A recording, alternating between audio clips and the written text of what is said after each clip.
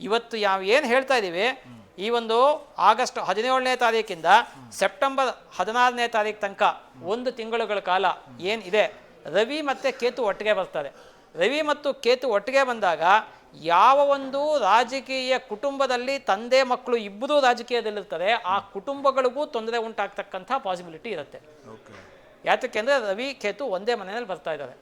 ಇನ್ನು Ravi indicates politics and politicians, ರಾಜಕಾರಣಿ. ಹಳೆ ಕಾಲದಲ್ಲಿ ರಾಜರನ್ನ ಅಂತ ಹೇಳ್ತಿದ್ವಿ, ಈಗಿನ ಕಾಲದಲ್ಲಿ ರಾಜಕೀಯ ವ್ಯಕ್ತಿಗಳನ್ನು ಅಥವಾ ಸರ್ಕಾರಿ ಅಧಿಕಾರಿಗಳನ್ನು ಸೂಚಿಸುತ್ತೆ. ಇಲ್ಲ ರಾಜಕೀಯ ವ್ಯಕ್ತಿಗಳಿಗೆ ತೊಂದರೆ ಆಗುತ್ತೆ, ಅಥವಾ ಯಾವುದಾದ್ರು ಸ್ಕ್ಯಾಂಡಲ್ಸು ಸ್ಕ್ಯಾಮು ಆಗಿರ್ತಕ್ಕಂಥದ್ದು ಹೊರಗೆ ಬರುತ್ತೆ, ಅಥವಾ ಹೊಸದಾಗಿ ಆಗುತ್ತೆ, ಅಥವಾ ಹಳೇದು ಯಾವುದಾದ್ರು ಪ್ರಕರಣಗಳು ಬರುತ್ತೆ. ಸರ್ಕಾರಿ ಅಧಿಕಾರಿಗಳಲ್ಲೂ ಕೂಡ ಇವಾಗ ಏನಂತ ಹೇಳ್ತೀವಿ, ಈ ಇ ಡಿ ರೈಡ್ ಆಯಿತು, CBI ರೈಡ್ ಆಯಿತು, ಒಂದಷ್ಟು ದುಡ್ಡು ಸಿಕ್ತು, ಈ ಥರದ್ದೆಲ್ಲ ಈ ತಿಂಗಳಲ್ಲಿ ಆಗ್ತಕ್ಕಂಥ ಪಾಸಿಬಿಲಿಟೀಸು ಬಹಳ ಜಾಸ್ತಿ ಇದೆ. ಇದನ್ನು ನಾವು ಕರೆಕ್ಟಾಗಿ ಅರ್ಥ, ಯಾಕೆ ಅಂದರೆ I am very much concerned about ಈ ಒಂದು ಸೂರ್ಯಗ್ರಹಣ ಏನಾಗ್ತಾ ಇದೆ, ಅಲ್ಲಿ ರವಿ ಮತ್ತು ಕೇತು ಸೇರ್ತಾನೆ ಇಲ್ಲ, ಒಂದೇ ರಾಶಿನಲ್ಲೇ ಇಲ್ಲ. ಒಂದೇ ರಾಶಿನಲ್ಲಿ ಬರಬೇಕು ಯಾವಾಗಲೂ ಕೂಡ, ಆದರೆ ಈ ಸತಿ ಬರ್ತಾ ಇಲ್ಲ. ಈ ಬರ್ತಾ ಇಲ್ಲದೆ ಇರತಕ್ಕಂಥದ್ದು ಪ್ರಪಂಚದ ಯಾವುದೋ ಒಂದು ಭಾಗಕ್ಕೆ ವಿನಾಶ ಕಾದಿದೆ, ಅಥವಾ ಆಪತ್ತು ಕಾದಿದೆ, ಅಥವಾ ತೊಂದರೆ ಕಾದಿದೆ, ಜನಗಳಿಗೆ, ಜನಾಂಗಕ್ಕೆ, ಮತಕ್ಕೆ, ಮತಾಂತರಗಳು ಆಗ್ತಕ್ಕಂಥದ್ದು, ಮತೀಯ ಗಲಭೆಗಳು ಆಗ್ತಕ್ಕಂಥದ್ದು, ಈ ಥರದ್ದು ಆಗೋ ಪಾಸಿಬಿಲಿಟೀಸ್ ಕೂಡ ಇರುತ್ತೆ. ಯಾಕೆ ಅಂದರೆ Rahu and Ketu indicates the other religion or caste ಅಂತ ಹೇಳ್ತೀವಿ ನಾವು ಜ್ಯೋತಿಷದಲ್ಲಿ. ಬೇರೆ ಒಂದು ಪಂಗಡವನ್ನು, ವರ್ಣವನ್ನು ಅಥವಾ ಧರ್ಮವನ್ನು ಸೂಚಿಸುತ್ತೆ ಅಂತ ಹೇಳ್ತೀವಿ. ಹಾಗಾಗಿ ರವಿ ಒಟ್ಟಿಗೆ ಕೇತು ಮುಂದಕ್ಕೆ ಬರ್ತಾನೆ. ಈಗ ಏನು ಆಗ್ತಾ ಇದೆ ನಮಗೆ, ಈ ಒಂದು ಗ್ರಹಣ ಅನ್ನತಕ್ಕಂಥದ್ದು, ಈ ಗ್ರಹಣ ಕಾಲದಲ್ಲಿ ರವಿ ಚಂದ್ರ ಅಮಾವಾಸ್ಯನಲ್ಲಿ ಸೇರ್ತಾರೆ. ಸ್ವಲ್ಪ ಡಿಗ್ರಿ ಮಿನಿಟ್ಸ್ಗಳಲ್ಲಿ ವ್ಯತ್ಯಾಸ ಇರ್ಬೋದು, ಇಲ್ಲ ಅಂತ ಹೇಳಲ್ಲ, ಆದರೆ ರವಿ ಕೇತು ಸೇರ್ತಾ ಇಲ್ಲ. ಇದು ತುಂಬ ವಿಶೇಷ. ಯಾಕೆ ಅಂದರೆ ನೀವು ಯಾವುದೇ ಗ್ರಹಣದ ಒಂದು ತೆಗೆದು ನೋಡಿದ್ರೆ, ಪಂಚಾಂಗನ ಹಿಂದಿಂದ ಯಾವುದೇ ತೆಗೆದು ನೋಡಿದ್ರು ಕೂಡ ಸೂರ್ಯಗ್ರಹಣ ಅಂದಾಗ ರವಿ ರಾಹು ಇರ್ತಾರೆ, ಇಲ್ಲ ರವಿ ಕೇತು ಇರ್ತಾರೆ. ರವಿ ರಾಹು ಇದ್ದಾಗ ಅಥವಾ ರವಿ ಕೇತು ಇದ್ದಂತಹ ಸಂದರ್ಭದಲ್ಲಿ ಆಗುವಂತಹ ಎಫೆಕ್ಟ್ಗಳೇ ಬೇರೆ, ಈ ತರ ಎಫೆಕ್ಟ್ಗಳೇ ಬೇರೆ. ಇದು ಇನ್ನೂ ಜಾಸ್ತಿ ಆಗತ್ತೆ ಅಂತ ನನ್ನ ಲೆಕ್ಕಾಚಾರ ಇದೆ. ಯಾತಕ್ಕೆ ಅಂದ್ರೆ ಸಾಮಾನ್ಯವಾಗಿ ಏನಾಗುತ್ತೋ ಅದು ಆಗ್ತಾ ಇತ್ತು ಅಂದ್ರೆ ಕರೆಕ್ಟಾಗಿ ಆಗತ್ತೆ, ವಿಪರೀತವಾಗಾಯಿತು ಅಂದ್ರೆ ಅದಕ್ಕೆ ವಿಪರೀತ ಫಲ ಅಂತಾನೆ ಹೇಳುತ್ತೆ. ವಿಪರೀತಸ್ಯ ವಿಪರೀತಂ ಫಲಂ ಅಂತ. ಸೊ ಹಾಗಾಗಿ ಇಲ್ಲಿ ಆಶ್ಲೇಷ ನಕ್ಷತ್ರ 3ನೇ ಪಾದದಲ್ಲಿ ರವಿ, ಮಖ ನಕ್ಷತ್ರ 2ನೇ ಪಾದದಲ್ಲಿ ಕೇತು. ಅಂದರೆ 3 ಪಾದ ಡಿಫರೆನ್ಸ್ ಆಯಿತು ಅನ್ನೋದು ನನಗೆ ಮುಖ್ಯ ಅಲ್ಲ, ರಾಶಿನೇ ಬೇರೆ ಆಗೋಯ್ತು. ಯಾಕೆಂದರೆ ರವಿಚಂದ್ರ ಕರ್ಕಾಟಕ ರಾಶಿನಲ್ಲಿರ್ತಾರೆ, ಕೇತು ಸಿಂಹ ರಾಶಿನಲ್ಲಿರ್ತಾನೆ.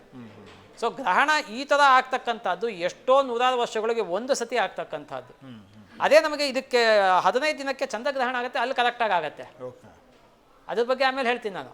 ಆದರೆ ಇಲ್ಲಿ ನಮಗೆ ಈ ಥರ ಆಗ್ತಿರ್ತಕ್ಕಂಥದ್ದು ಬಹಳ ವಿಶೇಷ. ಇದು ಈ ಥರ ತುಂಬ ಅಪರೂಪ ಆಗತಕ್ಕಂಥದ್ದು ಅಷ್ಟು ಒಳ್ಳೆಯದು ಅಲ್ಲ. ಯಾಕೆ ಅಂದರೆ ಮಹಾಭಾರತದಲ್ಲಿ ಕೃಷ್ಣ ಮತ್ತು ಭೀಷ್ಮಾಚಾರ್ಯರು ಹೇಳ್ತಾರೆ, ಇದು ಗ್ರಹಣ ಅಲ್ಲದೇ ಇರತಕ್ಕಂತಹ ಕಾಲದಲ್ಲಿ ಗ್ರಹಣ ಆಗ್ತದೆ, ಪ್ರಪಂಚದ ಒಂದು ದೊಡ್ಡ ವಿನಾಶವನ್ನು ಸೂಚಿಸ್ತಾ ಇದೆ ಇದಂತೂ ಮಹಾಭಾರತ ಯುದ್ಧ ಆಗೋದಕ್ಕೆ ಮೊದಲೇ ಹೇಳ್ತಾರೆ. ಅದನ್ನು ಬಹಳ ಮೊದಲೇ ಹೇಳ್ತಾರೆ. ಇದು ಯಾವುದೋ ವಿನಾಶದ ಕಡೆ ಕರ್ಕೊಂಡು ಹೋಗ್ತದೆ. ಅದು ತ್ರೇತಾಯುಗದ ಅಂತ್ಯಕ್ಕೆ, ಅಂದ್ರೆ ದ್ವಾಪರ ಯುಗದ ಅಂತ್ಯಕ್ಕೆ ಕಾರಣ ಆಗೋಗ್ಬಿಡ್ತಲ್ಲ. ಹೌದು, ಆ ತರ ಇಲ್ಲಿ ಏನಾದ್ರು ಆಗಬಹುದಾ ಅನ್ನೋ ಒಂದು ಅನುಮಾನಗಳು ಇದೆ. ಕಾದು ನೋಡ್ಬೇಕಾಗಿದೆ. ಸೈಂಟಿಸ್ಟ್ಗಳಾದ್ರೂ ಕಾದು ನೋಡ್ಬೇಕು, ಜ್ಯೋತಿಷಿಗಳಾದ್ರೂ ಕಾದು ನೋಡ್ಬೇಕು. ಯಾರಿಗೇ ಆದ್ರೂ ಕೂಡ ಅದು ಆಗೋ ತನಕನೂ ಕೂಡ, ಅನುಭವಕ್ಕೆ ಬರೋ ತನಕನೂ ಕೂಡ ಎಕ್ಸ್ಪ್ಲೈನ್ ಮಾಡ್ಲಿಕ್ಕೆ ಆಗಲ್ಲ.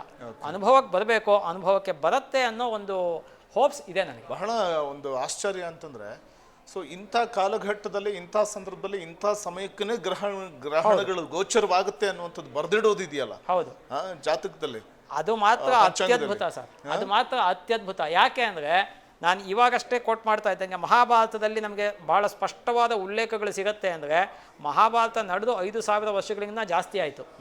5000 ವರ್ಷಗಳಿಗಿಂತ ಬಹಳ ಹಿಂದೆಯೇ ಕೂಡ ಕರಾರುವಾಕ್ಕಾಗಿ ಈ ಥರದ್ದನ್ನು ನಮ್ಮಲ್ಲಿ ನುಡಿತಾ ಇದ್ದು. ಅಂದರೆ ನಮ್ಮಲ್ಲಿ ಗಣಿತ ಆಗಲಿ ಅಥವಾ ಭೌತ ವಿಜ್ಞಾನ ಆಗಲಿ ಎಷ್ಟರ ಮಟ್ಟಿಗೆ, ಅಥವಾ ಖಗೋಳ ವಿಜ್ಞಾನ ಆಗಲಿ ಎಷ್ಟರ ಮಟ್ಟಿಗೆ ಬೆಳೆದಿತ್ತು ಅನ್ನೋದು ನಾವು ಊಹೆನೂ ಮಾಡ್ಕೊಳ್ಳೋಕ್ಕಾಗಲ್ಲ. 5000 ವರ್ಷಗಳ ಕೆಳಗೆ ನಮಗೆ ಅಮೇರಿಕಾನೂ ಇರಲಿಲ್ಲ, ಯುರೋಪು ಇರಲಿಲ್ಲ.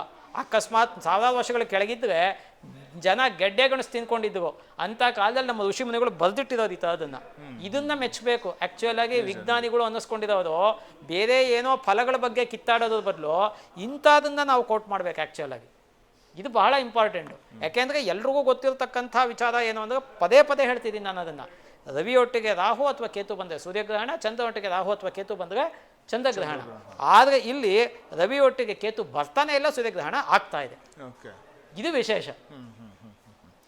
ಆಮೇಲೆ ಈ ಗ್ರಹಣ ಅನ್ನುವಂಥದ್ದು ಬಹುಶಃ ನಾವು ಮಾತಾಡುವಂಥ ಸಂದರ್ಭದಲ್ಲಿ ಭಾರತದಲ್ಲಿ ಗೋಚರ ಆಗೋದಿಲ್ಲ ಅಂದರೂ ಕೂಡ ಆಚರಣೆಗಳನ್ನು ಮಾಡಲೇಬೇಕಾ ಗುರುಗಳೇ? ಇಲ್ಲ, ಇದು ತುಂಬ ಜನಕ್ಕೆ ಒಂದು ಕನ್ಫ್ಯೂಷನ್ಸ್ ಇದೆ. ಆಚರಣೆ ಮಾಡಬೇಕಾ ಬೇಡವಾ ಅಂತ. ಧರ್ಮಶಾಸ್ತ್ರದಲ್ಲಿ ಬಹಳ ಸ್ಪಷ್ಟವಾಗಿ ಹೇಳುತ್ತೆ, ಧರ್ಮಸಿಂಧು ನಿರ್ಣಯ ಸಿಂಧು ಗ್ರಂಥಗಳಲ್ಲಿ, ಎಲ್ಲಿ ಯಾವ ಪ್ರದೇಶಕ್ಕೆ ಆಚರಣೆ ಇದೆ, ಯಾವ ದೇಶಕ್ಕೆ ಯಾವ ಪ್ರದೇಶಕ್ಕೆ. ಇವಾಗ ಭಾರತದಲ್ಲೇ ಎಷ್ಟೋ ಗ್ರಹಣ ಕಾಣಿಸ್ಕೊಂಡ್ರೆ ಉತ್ತರದಲ್ಲಿ ಕಾಣಿಸ್ಕೊಳ್ಳುತ್ತೆ, ದಕ್ಷಿಣದಲ್ಲಿ ಕಾಣಿಸ್ಕೊಳ್ಳಲ್ಲ, ಪೂರ್ವದಲ್ಲಿ ಕಾಣಿಸ್ಕೊಳ್ಳುತ್ತೆ, ಪಶ್ಚಿಮದಲ್ಲಿ ಕಾಣಿಸ್ಕೊಳ್ಳಲ್ಲ. ಈ ಥರ ಎಲ್ಲ ಬೇಕಾದ ಸತಿ ಆಗಿದೆ ನಮಗೆ ಎಷ್ಟೋ ಸತಿ ಗ್ರಹಣಗಳಾದಾಗ ಮಧ್ಯಪ್ರದೇಶ ಮಹಾರಾಷ್ಟ್ರ ತನಕ ಕಾಣಿಸ್ಕೊಂಡಿರುತ್ತೆ, ಕರ್ನಾಟಕ ಕಾಣಿಸ್ಕೊಂಡಿರಲ್ಲ. ಸೊ ಆವಾಗ ನಮಗೆ ಏನು ಮಾಡಬೇಕು ಅಂದರೆ ಎಲ್ಲಿ ಕಾಣಿಸ್ಕೊಳ್ಳುತ್ತೆ ಅಲ್ಲಿ ಆಚರಣೆ ಮಾಡಬೇಕು ಅಂತ ಬಹಳ ಸ್ಪಷ್ಟವಾಗಿ ಶಾಸ್ತ್ರ ಹೇಳಿದೆ. ಎಲ್ಲಿ ಕಾಣಿಸ್ಕೊಳ್ಳೋದಿಲ್ಲ ಅಲ್ಲಿ ಆಚರಣೆ ಇಲ್ಲ.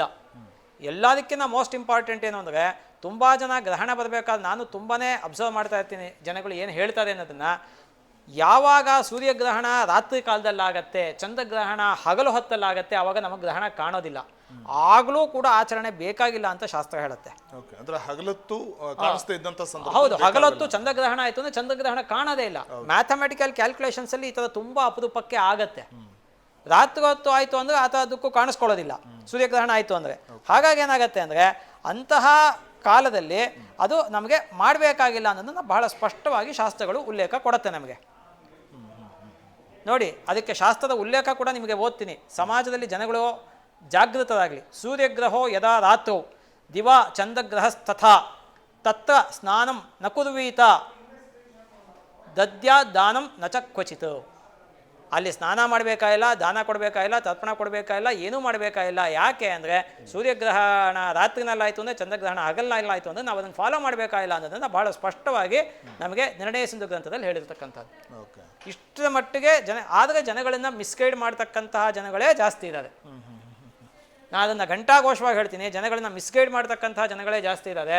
ಮಿಸ್ಗೈಡ್ ಮಾಡಬೇಕಾದ್ರೆ ಗ್ರಹಣ ಆದಾಗ ಸ್ವಲ್ಪ ಮಟ್ಟಿಗೆ ಎಫೆಕ್ಟ್ ಆಗೋದಂತೂ ನಿಜ. ಆ ಯಾವ ಪ್ರದೇಶದಲ್ಲಾಗತ್ತೆ ಅಲ್ಲಿ ಜಾಸ್ತಿ ಎಫೆಕ್ಟ್ ಆಗುತ್ತೆ. ನಾನು ಆವಾಗಲೇ ಉದಾಹರಣೆ ಕೊಟ್ಟಂಗೆ, ಯಾವ ಮನೆ ಸುಡುತ್ತೆ ಅದು ಕಂಪ್ಲೀಟ್ ಭಸ್ಮ ಆಗುತ್ತೆ, ಅಕ್ಕಪಕ್ಕದ ಮನೆಗೆ ಸ್ವಲ್ಪ ಡ್ಯಾಮೇಜ್ ಆಗುತ್ತೆ. ಈ ಸೂತಕ ಅಂತ ಏನಿರಲ್ವಾ ಹಾಗಾದ್ರೆ ಗ್ರಹಣ ಇಲ್ಲ, ಆಚರಣೆ ಇದ್ದರೆ ಮಾತ್ರ ಸೂತಕ ಅನ್ನೋದು ಬರ್ತಕ್ಕಂಥದ್ದು. ಯಾವ ಸಂದರ್ಭದಲ್ಲಿ ಎಷ್ಟು ಗಂಟೆಗೆ ಗ್ರಹಣ ಪ್ರಾರಂಭ ಆಗುತ್ತೆ, ಗ್ರಹಣದ ಮಧ್ಯಕಾಲ ಏನು, ವಿದೇಶಗಳಲ್ಲಿ ಕಾಣಿಸ್ಕೊಂಡ್ರು ಕೂಡ, ಮತ್ತೆ ಗ್ರಹಣದ ಮೋಕ್ಷ ಕಾಲ ಯಾವ? ವಿದೇಶಗಳಲ್ಲಿ ಮಧ್ಯಾಹ್ನದ ಕಾಲಕ್ಕೆ ಸರಿಸುಮಾರು ಕಾಣಿಸುತ್ತೆ ಅಂತ ನಾನು ನೋಡಿರೋ ಪ್ರಕಾರ. ಸೊ ನಮ್ಮ ಕಾಲಮಾನಕ್ಕೆ ಬಹುಶಃ ಪೋಸ್ಟ್ ಆಫ್ಟರ್ನೂನ್ ಆಗಿರುತ್ತೆ ಅದು, ಅಥವಾ ಈವ್ನಿಂಗ್ ಟೈಮ್ ಆಗಿರುತ್ತೆ ಹೆಚ್ಚು ಕಮ್ಮಿ. ಸೊ ಹಾಗಾಗಿ ನೀವು ಇವತ್ತಿಗೂ ಕೂಡ ಯುರೋಪಿಯನ್ ಕಂಟ್ರೀಸ್ನ ಏನಾದರೂ ಅಲ್ಲಿ ವಿದ್ಯಮಾನಗಳನ್ನು ನೋಡ್ತು ಅಂದರೆ, ನಾನು ಯಾವುದೂ ನೋಡಿಲ್ಲ, ನೋಡ್ತು ಅಂದರೆ ಬಹುಶಃ ಅಲ್ಲಿ ಏನಾದರೂ ತೊಂದರೆಗಳು ಉಂಟಾಗೋಕ್ಕೆ ಪ್ರಾರಂಭ ಆಗಿರುತ್ತೆ.